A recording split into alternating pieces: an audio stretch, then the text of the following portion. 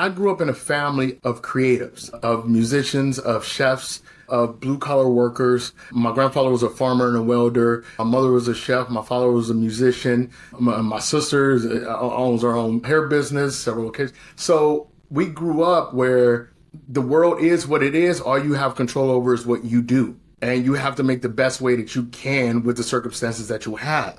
And I was never taught. You never heard in my family, that's unfair. Like, you get slapped upside the head for saying something like, no, who cares? That's life. Life is unfair. I don't know who's taught people that life is fair. I don't understand why people walk around with this idea that by existing, they deserve something, or life is supposed to take it easy on them. Things suck for a lot of people. You still have to live. And within that context, you have to find your space, your lane, what you're good at, your ability, what can you do? And it's okay to, wash clothes for a living. It's okay to be a line cook for a living. It's okay to be a welder for a living. And you can have a good life. For one thing that I picked up on traveling around the world, and I thought this was just us, but it's not. Everybody wants three things: food, family, and faith. That is it. That is the foundation of humanity around the world. If you don't mess with people's food, family, or faith, you're fine. You can pretty much do whatever you want.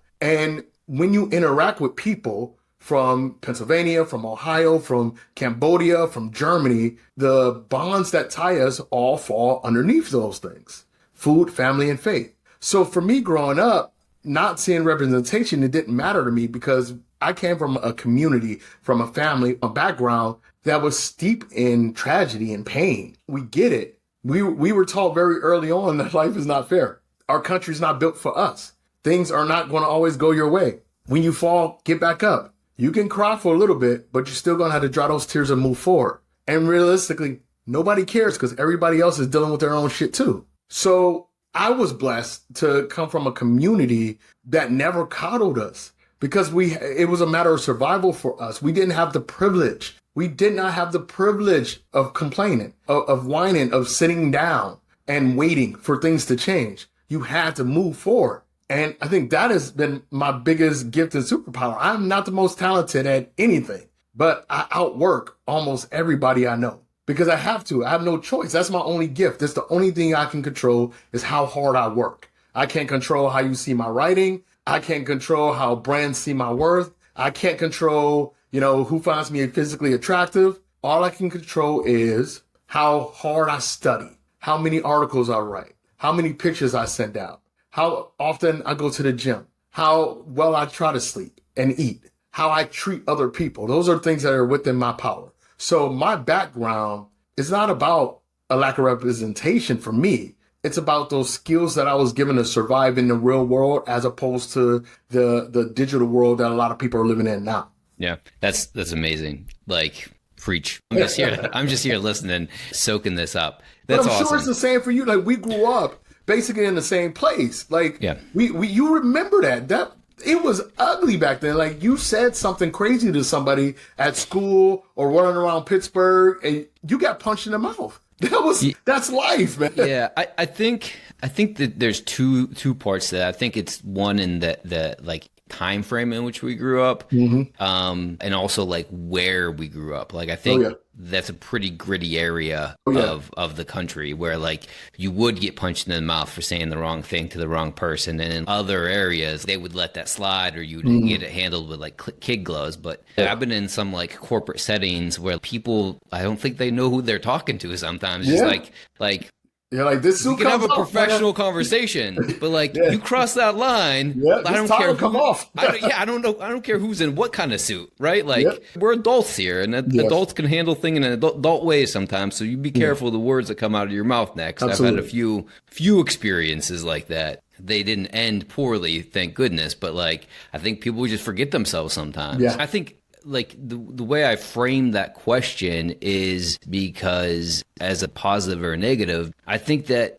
I've evolved myself to look at potentially negative situations as opportunities, right? Oh, It's yeah. an opportunity to learn, to grow, to get better, to pivot. And I love how you answered the question, because that was your superpower, right? Like I was thinking that before you even said it. Like the environment that you grew up in cultivated who the person you are today, and gave you the tools that put you in the position to do what you're doing and do it Yeah. successfully. And then to help others, show them the path forward as well, and to show them that the world's bigger than just, Cleveland, Ohio. And it's not reinventing the wheel, man. Like this isn't something I created, or like I'm literally just parroting what I was taught, what I was raised to believe. We've seen this written in Stoicism. We've seen extreme ownership. I love that book by Jocko Willink. What did I do to cause this? Or what did I not do to achieve the result that I wanted to achieve? Is I'm always trying to make future me proud. And I'm trying to be a hero to a 13-year-old version of myself.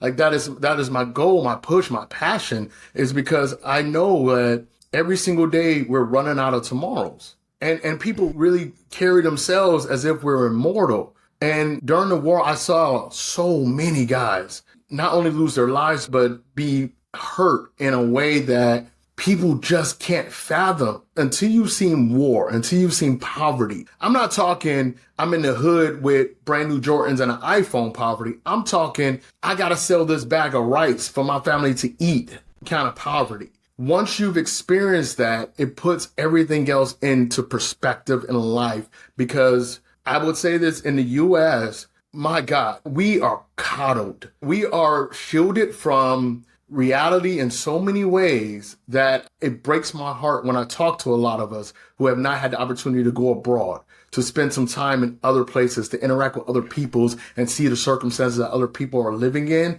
and not just living in, but thriving in, who are cultivating community in, who are growing and doing amazing creative things in, when we have so many opportunities back home. So I think, we're not reinventing the wheel. This is theory or logic that's been run around for generations. I just think it's all coming back into fashion now, because people are seeing how we've gone off track in a lot of ways as a species. I'll happen to say, I feel like we've gotten so soft. We can't take pain. We can't endure. And I'm afraid. I'm really afraid for like my son's generation, who have not been punched in the mouth. And, and I'm not just talking from a physical standpoint. I'm like, you have to learn how to take an L. That's growth. That's life. You have to take a loss. That's how toddlers learn how to walk. They fall a lot. And, as we get older and older and older, it feels like people run away from that pain, which ends up causing people to stop growing.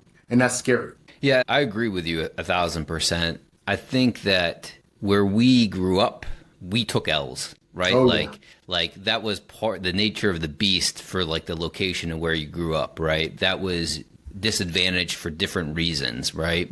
So there wasn't an option. I come from a small town, rural Pennsylvania. When I talk about not being exposed to certain things, it's probably from like a socioeconomic standpoint. And like somebody growing up in New York City that their parents made the same amount of money as my parents did, that person would have been exposed to more things. They would have had more opportunities because they had more inputs coming into them, right? I wasn't exposed to those things, but like getting back to the L's, that was just the nature of the beast for where we were and where we grew up. But speaking from other folks from a higher socioeconomic like standpoint, privileged class, they paid to not take L's. And so they never learned these lessons. I think that's where it comes to two parts for me. Is one, in our location and era, but even our location era isn't the same for every person that like is of our age. Because some people's parents could afford for them not to take L's. And so they've never gotten slapped in the face, literally or figuratively, and they just go around life thinking that this is how they are. If you enjoyed that clip, the full episode is available here. Go on, press it.